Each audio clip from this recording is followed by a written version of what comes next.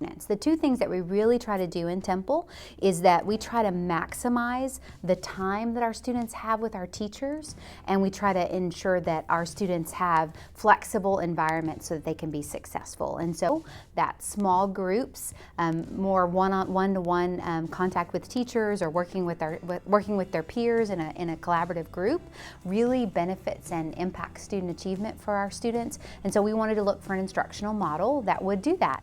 Well, I actually give students the choice. I have a lot of kids that will do a couple of programs on the computer but prefer paper copies because they say that it fits better with them.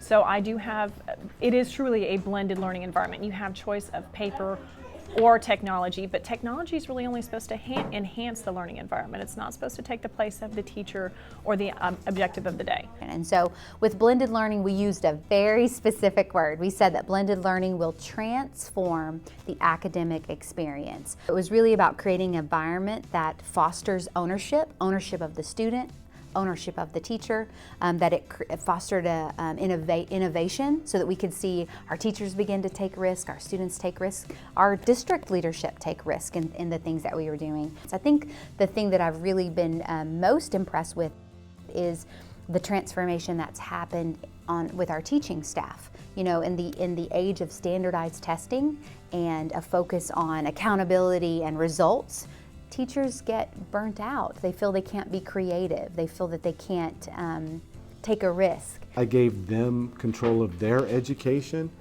They were starting to take it as serious as I was. They were starting to see where they needed to pick up the ball. And it wasn't so much what I needed, it was what they needed. And that just took my heart right there, and it was able to grow from there. And best teaching strategy ever was blended learning. Is I've really seen a growth in the ownership students take in their own learning. We use data trackers, and our students set goals for themselves. They talk with their teacher and they reflect on their goals, which is amazing and great.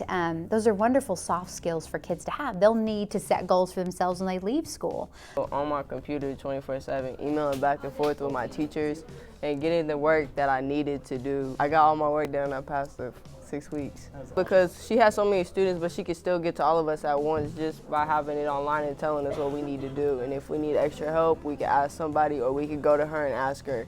And we'll get it done, simple as that, and that would be the daily grade. From our teachers, we had 90% of our teachers tell us that they would not go back to the traditional way of teaching.